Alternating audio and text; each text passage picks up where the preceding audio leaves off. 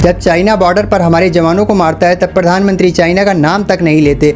आखिर क्या ऐसी मजबूरी है? चीन ने दुनिया में सबसे ऊंचाई पर स्थित सिंगात्से एयरबेस पर, जो भारत के सिक्किम बॉर्डर से मात्र 150 किलोमीटर दूर है, वहां पर कम से कम आधा दर्जन J-20 फाइटर स्टेल्थ जेट्स तैयार रखे हैं, जिसमें उसने इंडिया और चाइना के बीच में 2025 और 30 के बीच में एक बड़ा युद्ध होने की आशंका जताई है। और यह युद्ध 1962 जैसा बड़ा युद्ध हो सकता है। आज के समय में उनकी यह बात बिल्कुल सटीक बैठ रही है, जब चाइना इंडियन ओशियन में भारत को चारों ओर से घेर चुका है। अक्साई चीन और पीओके हाथ से निकलने के बाद भी भारत का 1,10,000 स्क्वायर किलोमीटर के एरिया पर चाइना और पाकिस्तान दोनों मिलकर अभी भी क्लेम करते हैं। तो प्रधानमंत्री नेहरू अमेरिका के राष्ट्रपति से रिक्वेस्ट करते हैं कि वह पाकिस्तान से कहे कि वह भारत के साथ युद्ध न लड़े। भारत के नेबरिंग कंट्रीज की गवर्नमेंट्स को वहां के प्रेसिडेंट या प्राइम मिनिस्टर नहीं, बल्कि बीजिंग से शी जिनपिंग रन कर रहे हैं। चाइना को पता है कि यह भारत की सबसे बड़ी कमजोरी है और यदि वह यह करने में कामयाब हो गया तो वह भारत के पूरे नॉर्थ ईस्ट पर कब्जा कर सकता है। न सिर्फ इंडिया के बॉर्डर्स पर एग्रेसिव हो रहा है, बल्कि कई अन्य क्षेत्रों में भी भारत को घेरने की कोशिश कर रहा है और काफी हद तक वह इस कोशिश में सफल भी रहा है। चाइना अपनी पॉलिसीज के दम पर इंडिया को चारों ओर से घेर रहा है और वह हमारे पड़ोसी देशों को अपना गुलाम बनाकर इंडिया के खिलाफ काम करवा के एक बड़ा थ्रेट पैदा कर रहा है। भारत आज के समय में चाइना के चंगुल में फंसा हुआ है और हम चाह कर भी न तो चीन के साथ लड़ाई मोल दे सकते हैं और न ही उसका सामान लेना बंद कर सकते हैं और न ही उसकी गलत नीतियों के खिलाफ खुलकर अपनी आवाज उठा सकते हैं। भले ही हम चाइनीज प्रोडक्ट्स के बॉयकॉट के लाख नारे लगाते रहे, इसके बावजूद हम चाइनीज प्रोडक्ट्स ही लेना पसंद करेंगे। दोस्तों, आज का ये वीडियो काफी इंटरेस्टिंग होने वाला है कि किस तरह से चाइना भारत को चारों तरफ से घेर चुका है, बॉर्डर्स पर वह वार के साथ पूरी तैयारी के साथ बैठा है। आज के वीडियो में हम चर्चा करेंगे कि चाइना द्वारा साल दर साल किए जा रहे डेवलपमेंट से भारत के ऊपर जिस तरह से खतरा मंडरा रहा है, वह आने वाले कुछ सालों में वार की शक्ल ले सकता है। इसलिए इस वीडियो को अंत तक जरूर देखें। इंडिया टोटल 7 कंट्रीज के साथ अपने लैंड बॉर्डर शेयर करता है, पाकिस्तान, चाइना, बांग्लादेश, म्यांमार, नेपाल, भूटान और अफगानिस्तान। लेकिन इनमें से ज्यादातर देशों के साथ भारत के मैत्रीपूर्ण संबंध हैं। लेकिन चीन और पाकिस्तान ही दो ऐसे देश जिनसे आजादी के बाद से ही बॉर्डर डिस्प्यूट के कारण हमेशा से ही 36 का आंकड़ा रहा है और आज हम इस मुहाने पर खड़े हैं कि चाइना और पाकिस्तान के साथ इंडिया का युद्ध कभी भी हो सकता है। 2004 में अमेरिका के कुछ रिसर्चर्स चाइना की स्टिंग ऑफ पल्स पॉलिसी को डिकोड करते हैं और जाहिर तौर पर चाइना की पॉलिसी इंडिया को चारों तरफ से घेरने के लिए और इंडियन ओशियन पर अपना दबदबा बढ़ाने के लिए थी। 1897 में यूएस के फेमस हिस्टोरियन और नेवी ऑफिसर एडमिरल अल्फ्रेड थ्रेयर ने भविष्यवाणी की थी कि जिस कंट्री का इंडियन ओशियन पर ज्यादा इन्फ्लुएंस होगा वही देश एशिया को डोमिनेट करेगा। और आज के समय में उनकी यह बात बिल्कुल सटीक बैठ रही है, जब चाइना इंडियन ओशियन में भारत को चारों ओर से घेर चुका है। दरअसल चाइना मिलिट्री और कॉमर्शियल पर्पज से इंडियन ओशियन में गारलैंड की शेप में कई देशों के पोर्ट्स पर पैसा लगाकर उन पर कब्जा जमा चुका है। चाइना की यह गारलैंड उसके हेनन प्रोविंस से शुरू होकर बांग्लादेश के चट्टग्राम, श्रीलंका के हम्बनटोटा होता हुए पाकिस्तान के ग्वादर पोर्ट तक जाती है और फिर पूरे इंडियन ओशियन को कवर करते हुए अफ्रीका के जिबूती और पोर्ट सूडान पे ये समाप्त होती है। चाइना अपनी इस स्टिंग ऑफ पल्स पॉलिसी के तहत इंडियन ओशियन के चोक पॉइंट, होर्मुज स्टेट, बाब अल मंडेब और स्टेट ऑफ मलक्का पर अपना पूरा कंट्रोल रखता है। इससे यह बात सामने निकल कर आती है कि चाइना पूरे इंडियन ओशियन की निगरानी करता है। आपको यह जानकर आश्चर्य होगा कि अक्साई चीन और पीओके हाथ से निकलने के बाद भी भारत का 1,10,000 स्क्वायर किलोमीटर के एरिया पर चाइना और पाकिस्तान दोनों मिलकर अभी भी क्लेम करते हैं। ऐसा नहीं कि चाइना की इस स्टिंग ऑफ पल्स पॉलिसी को काउंटर करने के लिए इंडिया ने अब तक कोई कदम नहीं उठाया है, बल्कि इंडिया ने नेकलेस ऑफ डायमंड स्ट्रेटजी पर पिछले कुछ सालों में काफी काम किया है, जिससे चाइना को काउंटर किया जा रहा है और इंडियन ओशियन पर उसकी डोमिनेटिंग पोजीशन को काफी हद तक मिनिमाइज किया जा रहा है। इंडिया अपने इस नेकलेस ऑफ डायमंड स्ट्रेटजी के तहत चाइना के सभी राइवल कंट्रीज के साथ समझौते कर पोर्ट्स बना रहा है, उन्हें स्ट्रेटेजिक पार्टनर का दर्जा दे रहा है, मिलिट्री वेपन सप्लाई कर रहा है और डिफेंस लाइन ऑफ क्रेडिट भी दे रहा है। लेकिन इन सब के बावजूद अभी भी इंडिया को चाइना के इंडियन ओशियन पर बढ़ते इन्फ्लुएंस को रोकने के लिए कई और बड़े कदम उठाने की जरूरत है, जिसके लिए इंडिया को इकोनॉमिकली काफी स्ट्रांग होने की जरूरत है। इंडिया और चाइना की इकोनॉमी में आज के समय में एक ह्यूज गैप है और यह गैप आने वाले समय में कम होने के बजाय और बढ़ सकता है। चाइना अपनी टेक्नोलॉजी से पूरी दुनिया को लोहा मनवा रहा है।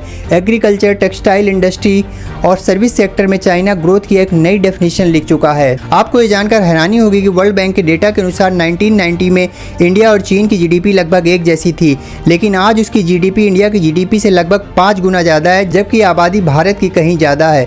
चाइना अपनी जीडीपी 18.5 ट्रिलियन डॉलर पर स्टैंड करता है, तो वहीं इंडिया की जीडीपी अभी सिर्फ 4 ट्रिलियन डॉलर पर ही है। वह अपनी मजबूत इकोनॉमी के कारण भारत के सभी पड़ोसियों को डेवलपमेंट के नाम पर उन्हें मुंहबोला पैसा दे रहा है। फिर चाहे वह श्रीलंका हो, बांग्लादेश हो, पाकिस्तान, नेपाल या म्यांमार, ये सभी देश आज के समय में चाइना के कर्ज के जाल में फंस चुके हैं और चाइना इसी चीज का फायदा उठाकर उनसे कोई भी काम करवा रहा है। इसके अलावा ज्यादातर अफ्रीकन कंट्री चाइना के इस लोन ट्रैप में पहले ही फंस चुके हैं, इसलिए कहना गलत नहीं होगा कि जो काम एक समय पर अंग्रेज किया करते थे, ठीक उसी तरह चाइना अपनी चालाकियों से पूरी दुनिया को अपने इशारे पर नचा रहा है।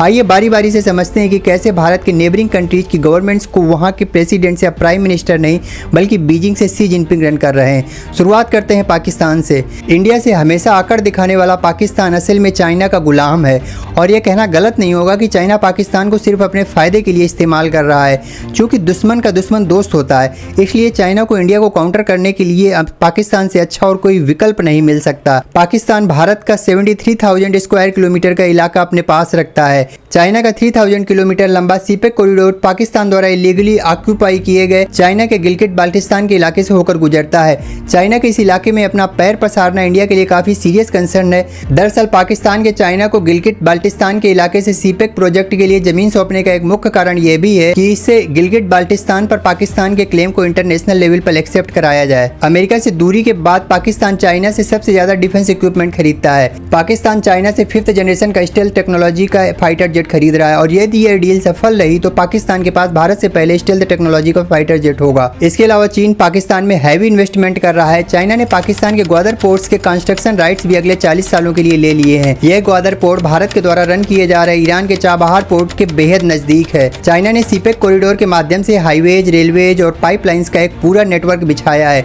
जहां से चाइना मिडिल ईस्ट से अपनी एनर्जी नीड्स को आसानी से पूरा कर सकता है।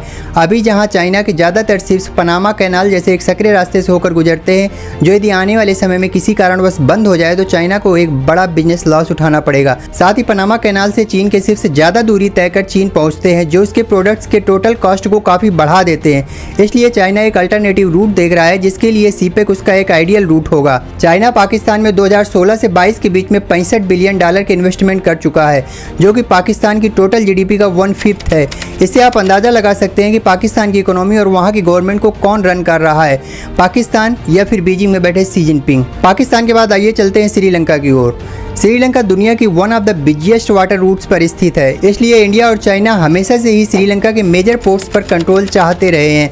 पर चीन ने इस मामले में काफ़ी हद तक बाजी मार ली है और भारत से 10 गुना ज़्यादा इन्वेस्टमेंट कर रहा है। एक समय पर श्रीलंका के ऊपर चाइना का कर्जा इतना ज़्यादा बढ़ जाता है कि जब वह उसे चुकाने में असमर्थ हो जाता है तो वह चाइना को उसका हम्बनटोटा पोर्ट 99 ईयर्स के लिए लीज पर रखने का प्रस्ताव रख देता है, जिसे श्रीलंका तुरंत एक्सेप्ट भी कर लेता है। हम्बनटोटा पोर्ट श्रीलंका के सदर्न पार्ट में लोकेटेड है, जहाँ से वह इंडियन ओशियन में भारत के शिप्स की पूरी निगरानी रखता है। चाइना श्रीलंका के हम्बनटोटा पोर्ट में $1.4 बिलियन खर्च करके पोर्ट सिटी विकसित कर रहा है, जिसे श्रीलंका के लोग खुद ही नहीं पसंद कर रहे हैं और इसे एक व्हाइट एलिफेंट बता रहे हैं। अर्थात देखने में ये तो अच्छा लग रहा है, लेकिन ये उनके किसी काम का नहीं है। यदि श्रीलंका और वहाँ के लोगों को इससे कोई फायदा नहीं है तो असली फायदा आखिर है किसका? दरअसल इस पोर्ट को चाइना खुद के फायदे के लिए विकसित कर रहा है। वहीं दूसरी तरफ चाइना के कर्ज के नीचे दब चुके श्रीलंका के पास चाइना को रोकने की हैसियत ही नहीं बची है। यदि भारत चाइना का श्रीलंका से दबदबा कम करना चाहता है तो उसे चीन के बराबर इन्वेस्टमेंट करना ही पड़ेगा, लेकिन भारत चाइना से अभी 5 गुना छोटी इकोनॉमी है। चलिए श्रीलंका के बाद अब देखते हैं कि कैसे चाइना बांग्लादेश को अपने ट्रैप में फंसा रहा है। उम्मीद थी कि तख्ता पलट के बाद बांग्लादेश के हालात अच्छे हो जाएंगे, पर हुआ इसका ठीक उल्टा। बांग्लादेश के हालात बद से बदतर हो गए हैं। तख्ता पलट के बाद बांग्लादेश में फैली अराजकता से मरने वाले लोगों की संख्या डबल हो गई है। वहाँ के माइनॉरिटीज और हिंदुओं पर लगातार हमले बढ़ रहे हैं। ऐसा हम नहीं बल्कि वहाँ की नई सरकार कह रही है।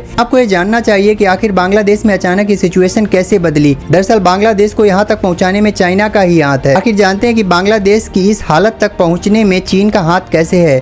चाइना बांग्लादेश में ब्रिजेज बना रहा है, रेलवे लाइन बिछा रहा है, malls, tunnels, electricity plants, roads, factories और बांग्लादेश के इंफ्रास्ट्रक्चर को लगातार बेहतर कर रहा है। लेकिन ये सब देखने और सुनने में जितना अच्छा लग रहा है, उसके पीछे की सच्चाई बांग्लादेश को आगे बढ़ने के बजाय पीछे ढकेल रही है। दरअसल बांग्लादेश के इंफ्रास्ट्रक्चर के लिए चाइना का एक्जिम बैंक बांग्लादेश को अच्छे खासे इंटरेस्ट रेट पर लोन दे रहा है, जिससे बांग्लादेश का हर एक प्रोजेक्ट डबल कॉस्ट पर पूरा हो रहा है। बांग्लादेश के नेताओं को सिर्फ अपनी कुर्सी बचाने से मतलब है, पर हालात इतने बदतर हो गए हैं कि वहाँ ज्यादातर यूथ बेरोजगार हो गए हैं। ठीक इसी तरह नेपाल भी चाइना की इन चालबाजियों से अछूता नहीं है। नेपाल जो एक समय पर भारत के साथ रोटी बेटी का रिश्ता होने की बात कहता था, वहाँ की ओली सरकार अब भारत को बात बात पर आंखें दिखाती है और यह सब चाइना के इन्फ्लुएंस के कारण हो रहा है। आप में से कई लोगों ने चाइना की सलामी स्लाइसिंग स्ट्रेटजी के बारे में सुना होगा, जो कि इस समय पर चाइना का हथियार बन गया है और वह इसमें काफ़ी हद तक सफलता भी पा चुका है।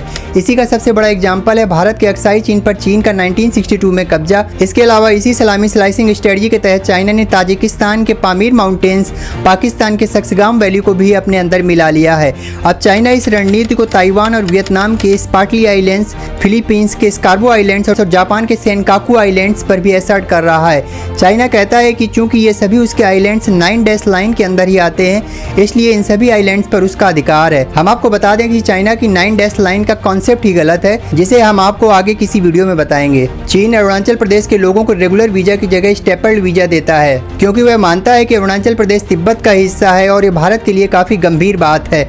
हम आपको बता दें, स्टेपल्ड वीजा रेगुलर वीजा से बिल्कुल अलग होता है। स्टेपल्ड वीजा पिन से अटैच होता है और इसमें कोई भी स्टैंप नहीं लगा होता है, जबकि रेगुलर वीजा पासपोर्ट के साथ ही अटैच होता है। सितंबर 2023 में चीन में खेले गए एशियन गेम्स में अरुणाचल प्रदेश के कुछ एथलीट्स को चाइना स्टेपल्ड वीजा इशू करता है, जिसके बाद ये खिलाड़ी एशियन गेम्स में भाग लेने के लिए मना कर देते हैं। चीन ये काम कई सालों से करता रहा है, लेकिन भारत ने इसके जवाब में अभी तक कोई ऐसा कदम नहीं उठाया है जिससे चीन को सबक सिखाया जा सके। क्या इंडिया को भी तिब्बत के लोगों के साथ एक स्टेपल्ड वीजा नहीं इशू करना चाहिए? अमेरिका भी अरुणाचल प्रदेश को भारत का अभिन्न अंग मानता है। चाइना के एग्रेशन पॉलिसी का पूरी दुनिया एक सुर में विरोध करती है। अरुणाचल प्रदेश को चीन जांगनान के नाम से बुलाता है। चाइना भारत के कई इलाकों को मैंड्रीन लैंग्वेज में नाम दे चुका है। अप्रैल 2024 में चाइना ने अरुणाचल प्रदेश के 30 इंडियन टेरिटरीज के नाम मैंड्रीन लैंग्वेज में पब्लिश किए थे। चाइना ने भारतीय इलाकों के नाम बदलने का सिलसिला 2017 में चालू किया था और तब से लेकर अब तक वह 4 ऐसी लिस्ट जारी कर चुका है, जिसमें अरुणाचल प्रदेश की लगभग 60 टेरिटरीज को वह चाइनीज नाम से बुलाता है। 2013 में शी जिनपिंग के सत्ता में आने से पहले चाइना बॉर्डर्स पर इतना एग्रेसिव नहीं था, लेकिन धीरे धीरे जैसे वह एक बड़ी इकोनॉमिक पावर बनता है तो शी जिनपिंग स्पष्ट कर देते हैं कि वह अपनी जमीन का एक एक इंच की हिफाजत करेंगे। लेकिन यहाँ अपनी जमीन को प्रोटेक्ट करना तो सही है, दूसरे की जमीन को अपना बताना कहाँ की अक्लमंदी है। 2003 में अटल बिहारी वाजपेयी चीन की यात्रा करते हैं और वहाँ वे चाइना की वन चाइना पॉलिसी को एक्सेप्ट कर लेते हैं, जिसके बदले चाइना सिक्किम को इंडिया का इंटीग्रल पार्ट मान लेता है। लेकिन अरुणाचल प्रदेश पर वह उस समय चुप रहता है, पर आज उसकी अरुणाचल प्रदेश पर नजरें टेढ़ी हैं। चाइना इंडिया से लगे पूरे बॉर्डर रीजन पर 624 मॉडल विलेज बनाकर तैयार कर चुका है, जिन्हें वह जियाओ क्वांग कहता है, और इन विलेजेज में वह लोगों को घर बसाने के लिए प्रेरित कर रहा है। चाइना यहाँ पर बहुत स्मार्टली प्ले कर रहा है, क्योंकि बॉर्डर्स पर जो एरिया अभी तक पूरी तरह से वीरान पड़े थे, चाइना वहाँ इंफ्रास्ट्रक्चर डेवलप करके उन एरिया पर अपना दावा पुख्ता करना चाहता है। हालांकि इंडियन गवर्नमेंट देर से ही सही, लेकिन यूनियन बजट 2022-23 में अरुणाचल प्रदेश में 660 वाइब्रेंट विलेज बनाने का प्रस्ताव ला चुकी है और इस पर काफी तेजी से काम भी किया जा रहा है। अरुणाचल प्रदेश में यदि इंडिया से कोई बड़ा ऑफिशियल पहुंच जाए तो चाइना इसे बर्दाश्त नहीं कर सकता, जिसका हाल ही में एक नमूना तब देखने को मिला जब अरुणाचल प्रदेश में 10,000 फीट की ऊंचाई पर बनाई गई सेला टनल का इनॉग्रेशन करने के लिए पीएम मोदी गए तो चाइना को यह बात हजम नहीं हुई। चीन भारत के 22 किलोमीटर चौड़े सिलीगुड़ी कॉरिडोर को कट ऑफ करना चाहता है, क्योंकि नॉर्थ ईस्ट के सारे स्टेट्स को रेस्ट ऑफ इंडिया से कनेक्ट करने वाला एकमात्र रास्ता सिलीगुड़ी कॉरिडोर ही है। चाइना को पता है कि यह भारत की सबसे बड़ी कमजोरी है और यदि वह यह करने में कामयाब हो गया तो वह भारत के पूरे नॉर्थ ईस्ट पर कब्जा कर सकता है। 1962 का वार इसका सबसे बड़ा एग्जाम्पल है, जब चाइना की आर्म्ड फोर्सेज असम के कई इलाकों में घुस आती है जो उसकी क्लेम लाइन में भी नहीं आता। सिलीगुड़ी कॉरिडोर की एक तरफ जहां चाइना है, वहीं दूसरी तरफ बांग्लादेश पड़ता है। चाइना एक तरफ भारत को अनस्टेबल करना चाहता है, लेकिन जरूरी नहीं कि वह इसके लिए सिर्फ वार का सहारा ले, बल्कि वह दूसरे तरीकों से भी भारत में अराजकता का माहौल पैदा करना चाहता है। चाइना बांग्लादेश के आतंकवादी संगठन जमात उल मुजाहिदीन बांग्लादेश की मदद से वेस्ट बंगाल और नॉर्थ ईस्ट राज्यों में हिंसा का माहौल पैदा करना चाहता है। इस टेररिस्ट ग्रुप को लश्कर ए तोयबा का काफी करीबी माना जाता है। चाइना इस टेररिस्ट ग्रुप की मदद से सिलीगुड़ी कॉरिडोर को भारत से अलग करना चाहता है, ताकि नॉर्थ ईस्ट के सभी राज्य रोड और रेल नेटवर्क से पूरी तरह से कट ऑफ हो जाएं और नॉर्थ ईस्ट में इंडियन आर्मी को वेपन और फूड की सप्लाई रोकी जा सके। इससे इंडिया की नॉर्थ ईस्ट पार्ट से आर्मी के स्ट्रांग प्रेजेंस को वीक किया जा सकेगा। अब जब भी वार होगी तब भारत को टू फ्रंट वार के लिए तैयार रहना होगा, क्योंकि चाइना और पाकिस्तान मिलकर भारत को तोड़ना चाहते हैं। इसका सबसे बड़ा एग्जाम्पल 1962 के साइनो इंडिया वार में देखने को मिला। 1962 1962 में जब इंडिया चाइना के साथ वार में उलझा हुआ था, तब पाकिस्तान को लगा कि इंडिया वार में कमज़ोर पड़ रहा है, तो वह इंडिया के साथ वार लड़ने के लिए पूरी तरह से तैयारी कर लेता है। जब इंडिया की इंटेलिजेंस एजेंसी को यह खबर मिलती है तो प्रधानमंत्री नेहरू अमेरिका के राष्ट्रपति से रिक्वेस्ट करते हैं कि वह पाकिस्तान से कहे कि वह भारत के साथ युद्ध न लड़े। इसलिए इंडिया को अब टू फ्रंट वार के लिए हमेशा तैयार रहना होगा। भारत का यदि कभी चाइना से वार होता है तो पाकिस्तान बीच में जरूर कूदेगा, इसके लिए चाइना उसे पूरा सपोर्ट भी देगा। हाल ही में इसका सबसे बड़ा एग्जाम्पल देखने को तब मिला जब चाइना ने 2020 में गलवान में हमारे सोल्जर्स के साथ विश्वासघात किया था। तब पाकिस्तान को पता था कि इंडिया की ज़्यादातर फोर्सेज की डिप्लॉयमेंट इस समय चाइना के बॉर्डर पर है, इसलिए 2020 में पाकिस्तान ने 5000 से ज़्यादा बार सीज फायर का वायलेशन किया, जो 2003 के बाद सबसे ज़्यादा था। चाइना लगातार अपनी डिफेंस कैपेबिलिटी बढ़ा रहा है और टेक्नोलॉजी के लिहाज से चाइना की पीपल्स लिबरेशन आर्मी हमसे काफ़ी आगे है। चाइना के पास अभी 300 से ज़्यादा 5th जनरेशन फाइटर जेट्स है, जिससे चाइना 2034 में 1000 तक पहुंचा देगा। वहीं चाइना एक दूसरी कैटेगरी के J-31 स्टेल्थ फाइटर जेट्स को सिर्फ दूसरी कंट्रीज को सेल करने के लिए बना रहा है, जिसमें खरीदारों की लाइन में पाकिस्तान नंबर 1 पर खड़ा है। और पाकिस्तान के पायलटों ने हाल ही में चाइना में स्टेल्थ फाइटर जेट चलाने की ट्रेनिंग भी ली है। यदि पाकिस्तान चाइना के स्टेल्थ फाइटर जेट गेन कर लेता है तो भारत से पहले स्टेल्थ जेट एक्वायर करने वाला देश बन जाएगा। वहीं इंडिया इस समय अपने ज्यादातर डिफेंस इक्विपमेंट को घर पर बनाने पर ही जोर दे रहा है, इसलिए अभी इंडिया का 5th generation stealth fighter jet Hindustan aeronautics limited का AMCA डेवलपिंग फेज में है और इसे एयरफोर्स में इंडक्ट होने में 6 से 7 साल का समय और लग सकता है। अब देखते हैं कि चाइना ने पिछले कुछ समय से इंडिया के बॉर्डर्स पर किस तरह से अपनी पैठ बढ़ाई है, जिसके कारण भारत के हजारों सोल्जर्स दिन रात मौसम से लड़ाई लड़ते हुए हार्श कंडीशन में अपने बॉर्डर की रक्षा कर रहे हैं। जून 2020 में जब भारतीय सेना गलवान वैली में रोड कंस्ट्रक्शन कर रही थी, तभी चाइना की आर्मी घात लगाकर भारतीय जवानों के ऊपर रात में हमला कर देती है, जिसमें भारत के 20 जवान शहीद हो जाते हैं। हालांकि इस लड़ाई में एक भी गोली नहीं चली, इसके बावजूद इतनी संख्या में सैनिक मारे जाते हैं। चीन के कई सैनिक मारे जाते हैं, लेकिन वह सिर्फ 4 जवानों के मारे जाने की पुष्टि करता है। बाद में यूएस की इंटेलिजेंस एजेंसी चीन के 35 सोल्जर्स के मारे जाने का खुलासा करती है। 1967 के बाद इंडिया और चाइना के बीच में सबसे बड़ा कॉन्फ्लिक्ट था। गलवान के बाद चाइना ने बॉर्डर्स पर अपनी आर्मी की प्रेजेंस काफी हद तक बढ़ा दी है। अमेरिका की all source analysis intelligence service ने 27 मई 2024 को सैटेलाइट इमेज से पता लगाया कि चीन ने दुनिया में सबसे ऊंचाई पर स्थित सिंगात्से एयरबेस पर,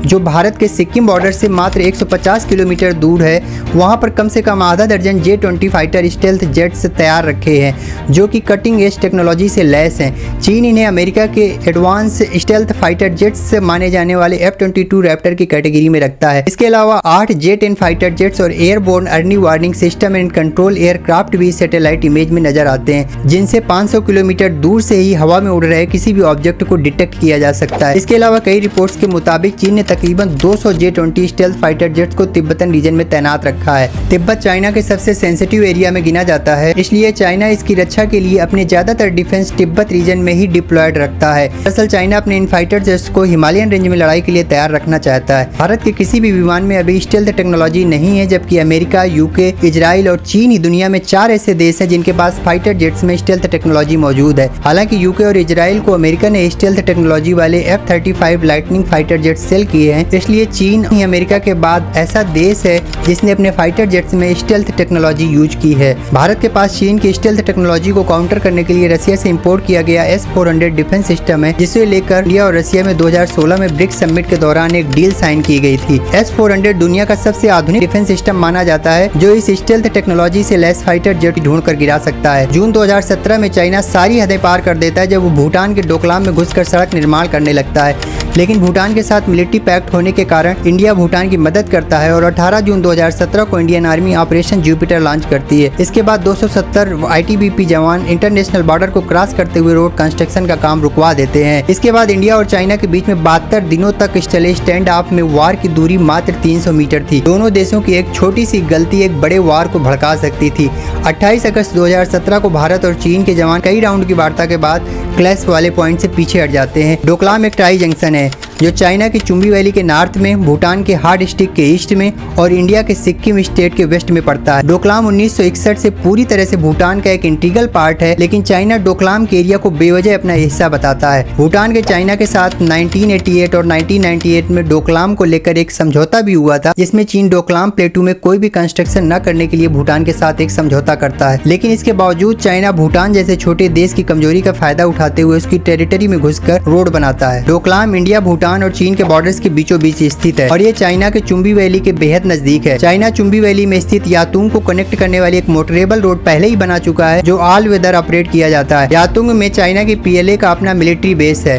हम आपको बता दें कि डोकलाम ट्राई जंक्शन से भारत के सिलीगुड़ी कॉरिडोर यानी चिकन स्नेक मात्र कुछ ही डिस्टेंस पर है, जो कि भारत के नॉर्थ ईस्ट राज्यों की सुरक्षा के लिए कितना जरूरी है यह हम आपको पहले ही बता चुके हैं। इंडिया और चाइना के बीच बॉर्डर्स पर गलवान वैली इंसिडेंट के बाद कॉन्फ्लिक्ट की संभावना लगातार बढ़ रही है। गलवान के बाद इंडिया और चाइना अपने अपने ट्रूप्स को बॉर्डर्स पर लगातार बढ़ा रहे हैं। भारत ने गलवान इंसिडेंट के बाद 20,000 से ज्यादा सोल्जर्स डिप्लॉय किए थे, लेकिन उसके बाद भले ही बॉर्डर पर कोई ऐसी घटना न हुई हो जिससे सोल्जर्स को अपनी जान गंवानी पड़ी हो, लेकिन माहौल लगातार टेंस बना हुआ है। ब्रह्मपुत्र रिवर के वाटर पर भी मनमानी कंट्रोल करता है। चाइना ब्रह्मपुत्र रिवर पर, जिसे वह यारलुंग सांगपो कहता है, वहाँ 60,000 मेगावाट कैपेसिटी का दुनिया का सबसे बड़ा हाइड्रो इलेक्ट्रिक प्रोजेक्ट बना रहा है और यह project line of actual control से मात्र 30 किलोमीटर की दूरी पर है। ब्रह्मपुत्र नदी पर चाइना का कोई पहला हाइड्रो इलेक्ट्रिक प्रोजेक्ट नहीं है, बल्कि चीन के यहाँ कई हाइड्रो इलेक्ट्रिक प्रोजेक्ट्स पहले से ही चल रहे हैं। 60,000 मेगावाट कैपेसिटी का हाइड्रो इलेक्ट्रिक प्रोजेक्ट जब रनिंग स्टेज में होगा तो अरुणाचल प्रदेश, असम और वेस्ट बंगाल जैसे बड़े स्टेट्स में पानी की कमी होगी। चीन पहले ही भारत पर 1962 में हमला कर भूटान जितने बराबर अक्साई चीन जैसा महत्वपूर्ण हिस्सा छीन चुका है और तब से लेकर अब तक वहाँ बड़े बड़े इंफ्रास्ट्रक्चर बिल्ड कर चुका है। अक्साई चीन पर भले ही अभी चाइना का कब्जा हो, लेकिन आज भी भारत इसी इंटीग्रल पार्ट मानता है। आपको ये जानकर हैरानी होगी कि चाइना जिस अक्साई चीन को अपना पार्ट बताता है, वही अक्साई चीन 1920 में किसी भी चाइनीज मैप में एग्जिस्ट नहीं करता था। आप में से कई लोग सोच रहे होंगे कि अक्साई चीन जैसे बंजर इलाके के लिए, जहाँ ना तो पेड़ है, पौधे हैं, ना पानी है, ना बर्फ है और ना इंसानों के लिए रहने के लिए अनुकूल वातावरण, उस जमीन के लिए चाइना और इंडिया दोनों आखिर लड़ ही क्यों रहे हैं? दरअसल अक्साई चीन चाइना के सिंजियांग प्रोविंस और तिब्बत ऑटोनॉमस रीजन के लिए एक ब्रिज का काम करता है। सिंजियांग को तिब्बत से जोड़ने वाला एकमात्र हाईवे G219 अक्साई चीन इलाके से होकर गुजरता है, जिसे चीन ने 1957 में बनाया था और इसी हाईवे के बनने के बाद से इंडिया और चाइना के बीच में विवाद काफी बढ़ जाता है, जो 1962 में इंडो चाइना वार में तब्दील हो जाता है। सिंजियांग प्रोविंस को चाइना एक सेंसिटिव रीजन मानता है, क्योंकि यहाँ पर 1 करोड़ से ज्यादा उइगुर मुस्लिम्स रहते हैं, जो अक्सर चीन की गवर्नमेंट के खिलाफ आवाज उठाते रहते हैं, लेकिन इनकी आवाज को फोर्सफुली दबाने का काम चाइना करता रहता है। सिंजियांग चाइना का एक बहुत ही रेस्ट्रिक्टेड एरिया है, जहाँ के नियम चाइना से एकदम अलग है। चाइना यहाँ किसी भी फॉरेन मीडिया की एंट्री नहीं देता, ताकि वहाँ के लोगों की नाराजगी और दर्द बाहर ना आ सके। इसके अलावा चाइना अक्साई चीन से अपने कासगर रीजन की भी सुरक्षा सुनिश्चित करता है, क्योंकि चाइना का हिस्टोरिकल सिल्क रूट आज के समय में चाइना की एनर्जी नीड्स को पूरा करता है। सेंट्रल एशिया के देशों जैसे कजाकिस्तान, तुर्कमेनिस्तान, ताजिकिस्तान जैसे देशों के पास पूरे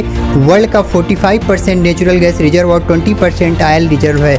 सेंट्रल एशिया के कई ऐसे देश हैं जो चाइना के कासगर रीजन से बाउंड्री शेयर करते हैं, जिनसे चाइना यहाँ आसानी से नेचुरल गैस और क्रूड ऑयल स्टोर करता है। Stockholm International Peace Research Institute यानी सीपरी के अनुसार चाइना पिछले 29 सालों से लगातार अपना डिफेंस बजट बढ़ा रहा है और पिछले 13 सालों से चाइना का डिफेंस बजट बढ़कर दुगना हो गया है। साल 2023 में चाइना ने अपने डिफेंस के लिए $296 बिलियन US खर्च किए थे। वहीं इंडिया का डिफेंस बजट अभी चाइना के डिफेंस बजट का सिर्फ 1/4 है। हालांकि चाइना के इंडिया के साथ कन्वेंशनल वार लड़ने के चांसेस बेहद कम हैं। इंडिया जैसे बड़े देश के साथ चाइना वार अफोर्ड नहीं कर सकता।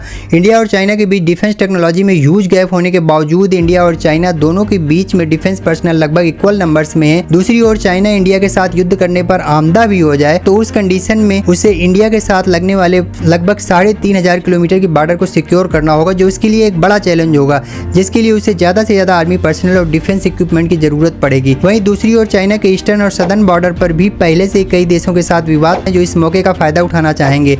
इसलिए चाइना को अपने बाकी बॉर्डर्स पर भी फोर्सेज की सेम डिप्लॉयमेंट करनी होगी। इसलिए चाइना कन्वेंशनल वार की जगह मॉडर्न वारफेयर की तरफ जाएगा, जिसमें साइबर अटैक्स उसका एक प्रमुख हथियार होगा। या गलवान जैसे इंसिडेंट्स भी आगे देखने को मिल सकते हैं। लद्दाख के देवसांग प्लेन्स जैसे इंपॉर्टेंट इलाके पर चाइना पहले ही इंडिया का एक बड़ा हिस्सा लेकर बैठा है और वह इससे आगे भी बढ़ना चाहता है और देवसांग प्लेन्स जैसे स्ट्रेटेजिकली इंपॉर्टेंट एरिया से इंडिया का कंट्रोल खत्म करना चाहता है। इंडिया देवसांग प्लेन से ही दौलत बेग ओल्डी की सुरक्षा सुनिश्चित करता है। दरअसल दौलत बेग ओल्डी लद्दाख में स्थित भारत की ही नहीं बल्कि दुनिया की सबसे ऊंची एयर स्ट्रिप है और यह इंडिया को चाइना के ऊपर एक एडवांटेज देता है।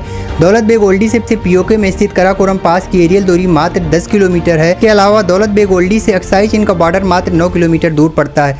1963 में पाकिस्तान द्वारा चाइना को सीड किए गए पीओके की सक्सगाम वैली भी दौलत बेग ओल्डी से बेहद नजदीक है। यदि चाइना 800 स्क्वायर किलोमीटर के देवसांग प्लेन्स पर पूरा कब्जा कर लेता है तो इंडिया LAC के एक मेजर पोर्शन पर अब कमजोर पड़ जाएगा। इवन सियाचिन सियाचिन ग्लेशियर पर भी इंडिया का एरियल कंट्रोल वीक पड़ जाएगा। चाइना का पहले अरुणाचल प्रदेश पर ज्यादा फोकस रहता था, वहीं अब उसका सारा ध्यान ईस्टर्न लद्दाख की ओर है, क्योंकि ईस्टर्न लद्दाख के ठीक बगल में अक्साई चीन और चाइना का कासगढ़ रीजन है।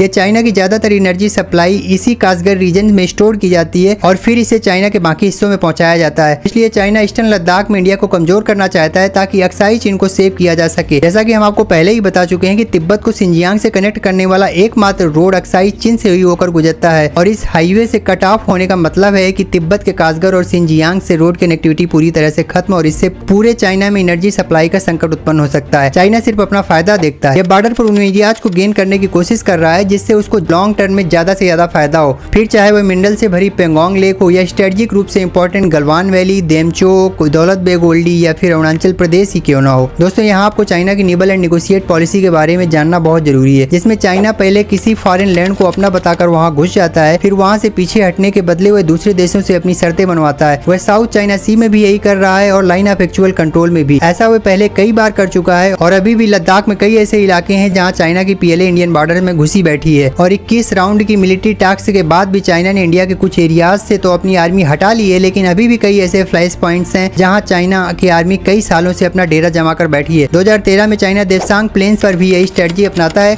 जब उसे पता चलता है कि यहाँ से 250 किलोमीटर दूर चूमर सेक्टर में इंडिया अपनी सिक्योरिटी के लिए बंकर्स बना रहा है, तो वह देवसांग प्लेन्स में 30 किलोमीटर अंदर घुस जाता है और फिर 3 सप्ताह तक इंडियन आर्मी और पीएलए 300 मीटर के फासले पर एक दूसरे के सामने डेरा जमा कर बैठ जाते हैं। फिर बातचीत का दौर शुरू होता है और चाइना फिर उसी निबल एंड नेगोशिएट पॉलिसी के तहत इंडिया के चूमर में बंकर्स का काम रुकवाने के लिए कहता है और ऐसा करने पर ही उसकी आर्मी पीछे हटने के लिए तैयार होती है। चाइना पहले ही एलएसी के दूसरी तरफ हैवी इंफ्रास्ट्रक्चर बिल्ड कर चुका है, बल्कि उन एरियाज में भी जिन्हें इंडिया अपना क्लेम करता है वहां भी उसने इंफ्रास्ट्रक्चर बनाया है। लेकिन जैसे ही इंडिया अपनी एरिया में कोई भी डेवलपमेंट रिलेटेड काम करता है तो चाइना को यह चीज बर्दाश्त नहीं होती है। ये ठीक एक साल बाद 2014 में चाइना की आर्मी 10 सितंबर को 1000 जवानों के साथ लद्दाख के चूमर इलाके में धावा बोल देती है और वह भी उस समय जब शी जिनपिंग इंडिया की अपनी ऑफिशियल ट्रिप पर होते हैं। इतनी बड़ी मात्रा में चाइना के जवानों को यह जानते हुए भी कि यह दूसरे देश का इलाका है, यह इत्तेफाक तो नहीं हो सकता, बल्कि वह इंडियन आर्मी की डिप्लॉयमेंट और इसकी तैयारियों को चेक करना चाहता था। 2015 में चाइना की आर्मी फिर से देवसांग प्लेन्स में इलीगली इंडियन पेट्रोलिंग लाइन में सयुलांस वॉच टावर स्टेब्लिश कर देती है, जिसे बाद में इंडियन आर्मी ध्वस्त कर देती है, जिस बात को लेकर कई दिनों तक इंडिया और चाइना के बीच में तनातनी का माहौल रहता है। 2020 में लद्दाख रीजन में 1000 स्क्वायर किलोमीटर का एरिया चाइना की पीपल्स लिबरेशन आर्मी कब्जा लेती है, जिसे लेकर इंडियन आर्मी और पीएलए के बीच में कई राउंड की कमांडर लेवल मीटिंग्स के बावजूद कोई भी पॉजिटिव आउटपुट नहीं निकलता है। ये तो मैंने आपको चाइना द्वारा इंडियन टेरिटरी में घुसने और कब्जा करने के कुछ ही किस्से बताए हैं जो कि मेजर घटनाएं हैं, लेकिन चाइना हर साल इस तरह के कई इंसिडेंट्स क्रिएट करता है। कुछ ही बड़े इंसिडेंट्स की जानकारी हम तक पहुंच पाती है। कई बार तो घुसपैठ की घटनाएं एलएसी या क्लियर डिमार्केशन न होने की वजह से होती हैं, तो कई बार चाइना ये सब जानबूझकर करता है। इससे वह अपनी उसी निबल एंड नेगोशिएट पॉलिसी का प्रयोग कर इंडिया को डरा धमका कर बॉर्डर रीजन पर हो रहे इंफ्रास्ट्रक्चर को बंद करवा सके। 2020 में गलवान की घटना के समय चाइनीज आर्मी इंडियन टेरिटरी में 10 किलोमीटर तक अंदर घुस आती है। 29 और 30 अगस्त 2020 की मध्य रात्रि को इंडियन आर्मी कैलाश रेंज या पेंगोंगसो के सदर्न बैंक में एक ऑपरेशन को अंजाम देती है, जो कि ऑपरेशन लेपर्ड का ही एक पार्ट था, जिसे इंडियन आर्मी ने ईस्टर्न लद्दाख पर चाइना के एग्रेशन पर लगाम लगाने के लिए तब लॉन्च किया था जब चाइना ईस्टर्न लद्दाख पर कई राउंड की कमांडर लेवल बातचीत के बावजूद पीछे हटने के लिए तैयार नहीं था। इसमें इंडिया ने कई हाइट्स पर कब्जा जमा लिया था, जिसके बाद चीन पूरी तरह से बैकफुट पे आ जाता है। इसके पहले चाइना जो इंडियन आर्मी से बॉर्डर नेगोशिएशन करने के लिए बातचीत करने के लिए नहीं तैयार हो रहा था, अब की बार वह इंडियन आर्मी के ऑफिसर्स को खुद बातचीत के लिए इन्वाइट करता है। जब भारत जैसे बड़े देश के प्रधानमंत्री चाइना के लगातार गलत करने के बावजूद उसका नाम लेकर संबोधित नहीं कर पाते तो भला बाकी देशों की क्या मजाल। पेंगोंग लेक का 2/3 हिस्सा चाइना कंट्रोल करता है, जबकि बाकी बची 45 किलोमीटर की लेक इंडिया के पास है। अर्थात 134 किलोमीटर लंबी पेंगोंग लेक का ज्यादातर हिस्सा चाइना ऑक्यूपाई करता है। 1962 के वार के बाद चाइना पेंगोंगसो का काफी हिस्सा अपने कब्जे में ले लेता है। रिसेंट सैटेलाइट इमेजेस में पता चला है कि चाइना पेंगोंग लेक पर 1960 तक भारत का हिस्सा रहे पेंगोंग लेक के उस एरिया पर 400 मीटर लंबा ब्रिज बना रहा है, जो लेक के नॉर्थ बैंक को साउथ बैंक से कनेक्ट करता है। इससे चाइना के ट्रूप्स युद्ध के समय टैंकर से लेकर आसानी से इंडिया में घुस सकते हैं। यह ब्रिज भारत के रेजांगला के बेहद नजदीक है, जहां 2020 में चीन की पीएलए को इंडियन आर्मी ने खदेड़ दिया था। कई रिपोर्ट्स के अनुसार चीन ने पेंगोंगसो लेक के पास अंडरग्राउंड बंकर्स भी बना डाले हैं, जिसमें उसने भारत के साथ युद्ध के लिए आर्टिलरी, आर्मर्ड व्हीकल्स और टैंक भी इकट्ठे किए हुए हैं। अर्थात भारत के साथ वार के लिए चाइना पूरी तरह से तैयार बैठा है। इसके अलावा चीन ने इंडियन बॉर्डर के नजदीक ही एयरबेस, अंडरग्राउंड मिसाइल साइलो भी बना रखा है, जहां से इंटरमीडिएट और मीडियम रेंज के साथ ही इंटरकंटिनेंटल मिसाइल को भी आसानी से लॉन्च किया जा सकता है। दोस्तों, यहाँ पर यह बात भी समझना जरूरी है कि इंडियन बॉर्डर्स पर चाइना ये मिसाइल पाकिस्तान के लिए तो स्टोर नहीं कर रहा। आपको जानकर आश्चर्य होगा कि पेंगोंग लेक की एक तरफ एक जगह पड़ती है सिरजाप, जिस पर 1962 तक इंडियन आर्मी के 3 पोस्ट हुआ करते थे, लेकिन आज उस जगह पर इंडियन आर्मी का कोई भी कंट्रोल नहीं है, बल्कि वहाँ चाइना की PLA का एक आर्मी बेस है, जहाँ से पूरी पेंगोंग लेक पर चाइना अपनी नजरें गड़ाए रखता है। 2020 के आर्मी क्लैश के पहले इस एरिया में कोई भी ह्यूमन एक्टिविटी नहीं थी, लेकिन आज चाइना ने पूरी तरह से उस इंडियन क्लेम्ड टेरिटरी को अपना बना लिया है। इसी तरह 1958 के पहले एक खुरनाक फोर्ट हुआ करता था, जिसे इंडिया और चाइना के बीच में एक बाउंड्री कंसीडर किया जाता था, लेकिन 1958 के बाद खुरनाक फोर्ट चाइना के कब्जे में है, जहां पर उसने हैवी मिलिट्री इंफ्रास्ट्रक्चर बिल्ड कर लिया है। और 1962 के वार में चाइना ने इसी खुरनाक फोर्ट को फॉरवर्ड बेस बनाकर लद्दाख में अटैक करने के लिए यूज किया था। इंडिया और चाइना के बीच में 3488 किलोमीटर की लाइन ऑफ एक्चुअल कंट्रोल है, जबकि चाइना इसे सिर्फ 2000 किलोमीटर की मानता है। दरअसल इंडिया के पर्सपेक्टिव से LAC सक्सगाम वैली से शुरू होती है, जो कभी POK का हिस्सा हुआ करती थी, जिसे पाकिस्तान ने 1963 में डर के मारे चाइना को सौंप दिया था। हम आपको बता दें, साइनो पाकिस्तान एग्रीमेंट 1963 के तहत सक्सगाम वैली का 5300 स्क्वायर किलोमीटर का इलाका पाकिस्तान ने चाइना को सौंप दिया था, सिर्फ इस बात के डर से कि कहीं चाइना गिलगित बाल्टिस्तान के इलाके पर कब्जा न कर ले। यह सक्सगाम वैली इंडिया के सियाचिन ग्लेशियर के बिल्कुल बगल में है, इसलिए चाइना के लिए स्ट्रेटेजिक रूप से इंपॉर्टेंट है। और इसी सक्सगाम वैली में 1962 के इंडो चाइना वार के बाद चाइना और पाकिस्तान दोनों मिलकर दुनिया का सबसे ऊंचा मोटरेबल रोड बनाते हैं।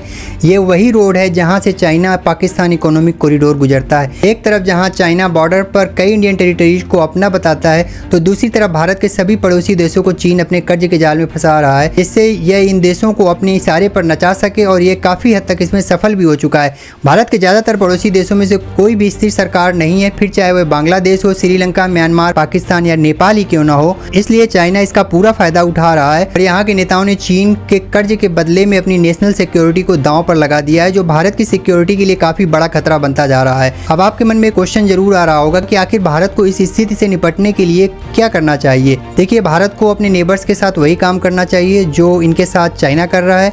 यदि बात नेशनल सिक्योरिटी की होती है तो ये काम बुरा नहीं। इंडियन गवर्नमेंट को नेपाल, श्रीलंका, बांग्लादेश जैसे देशों के साथ डिप्लोमेटिक टाइज को और बेहतर करने के साथ डेवलपमेंट प्रोजेक्ट सेटअप करने चाहिए। साथ ही हमें अपनी डिफेंस फोर्सेज को और मॉडर्नाइज करने के साथ साइबर सिक्योरिटी को टॉप पर ले जाने की जरूरत है, जिसे चाइना फिलहाल बहुत बाखूबी कर रहा है। इसके अलावा इंडिया को अपने बॉर्डर पर इंफ्रास्ट्रक्चर के काम को लगातार बेहतर करना होगा, जिससे न सिर्फ वहाँ के लोगों को एक नया जीवन मिलेगा, बल्कि इंडिया का अपने क्षेत्रों पर दावा पुख्ता किया जा सकता है। आपको सबसे पहले ये बात ध्यान में रखनी चाहिए कि किसी देश को काउंटर करने के लिए सबसे पहले आपकी देश की इकोनॉमी उस देश की इकोनॉमी के बराबर या लगभग उसके बराबर होनी चाहिए। और इस चीज़ में इंडिया और चाइना की इकोनॉमी में एक बहुत बड़ा गैप है। लेकिन हम सभी को एक बात और समझना बेहद जरूरी है कि एक तरफ जहां चाइना हमारा सबसे बड़ा दुश्मन है, वहीं दूसरी तरफ वह 2013-14 फाइनेंशियल ईयर से 2023-24 फाइनेंशियल ईयर तक 10 सालों में 7 बार हमारा सबसे बड़ा ट्रेडिंग पार्टनर रहा है। इसके अलावा इंडिया दुनिया भर से जितना भी सामान इंपोर्ट करता है,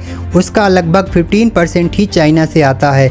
वैसे तो हिंदी चीनी भाई भाई का स्लोगन 1962 के वार के बाद में खत्म हो गया था, लेकिन चीन और भारत का जिस तरह से ट्रेड हर साल बढ़ता जा रहा है, उसे देखकर तो यही कहा जा सकता है कि अब हिंदी चीनी भाई भाई बदलकर हिंदी चीनी बाई बाई हो गया। लेकिन आज के समय में यदि सच कहें तो चीन को हमारी ज़रूरत कम बल्कि हमें चीन की ज़्यादा ज़रूरत है, क्योंकि ट्रेड के लिए हम चीन पर हैवली डिपेंडेंट हैं। इसलिए हम पाकिस्तान की तरफ चीन का तो बाइकआउट नहीं कर सकते, यदि करेंगे भी तो इसका चीन पर असर काफ़ी कम पड़ेगा, बल्कि इसका हमारी इकोनॉमी को काफ़ी ज़्यादा नुकसान होगा। इंडिया की इलेक्ट्रॉनिक इंडस्ट्री में चाइना से टोटल 44% आइटम इंपोर्ट होता है, जो कि हमारी इलेक्ट्रॉनिक गुड्स नीड्स का लगभग आधा है। इलेक्ट्रॉनिक इंडस्ट्री में यूज किए जाने वाले ज़्यादातर आइटम्स चाइना से इंपोर्ट किए जाते हैं। इतना ही नहीं, electronic components, plastics, fertilizers, iron, steel, aluminium, rail engine components, chemicals, active pharmaceutical ingredients, API जैसे इंपॉर्टेंट आइटम्स भी भारी मात्रा में चीन से इंपोर्ट किए जाते हैं, जिनसे भारत के कई इंडस्ट्रीज अपने सामानों को मेड इन इंडिया का टैग लगाकर इंडिया में सेल कर पाते हैं।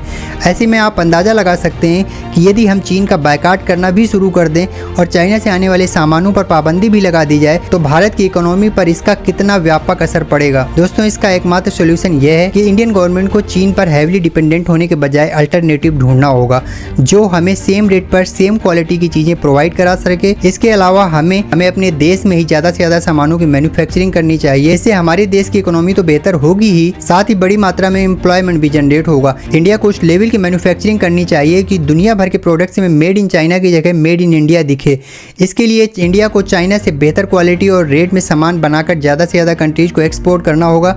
इंडिया ये काम कर सकता है क्योंकि इंडिया और चाइना की पॉपुलेशन ऑलमोस्ट सेम है, बल्कि इंडिया के पास चीन से सस्ता लेबर मौजूद है। इंडिया की 65% पॉपुलेशन अंडर 35 तो 50% पॉपुलेशन अंडर 25 है। वहीं दूसरी तरफ चीन की ज़्यादातर आबादी बूढ़ी हो रही है। लेकिन इंडिया और चाइना के बीच में यदि सबसे बड़ा फर्क है तो वह है स्किल्ड वर्कर्स का। भारत अपनी मैन्युफैक्चरिंग का हब जरूर बन सकता है अपनी चीप लेबर फोर्स के कारण, पर इस सबसे पहले यूथ को स्किल्ड बनाना सबसे जरूरी है।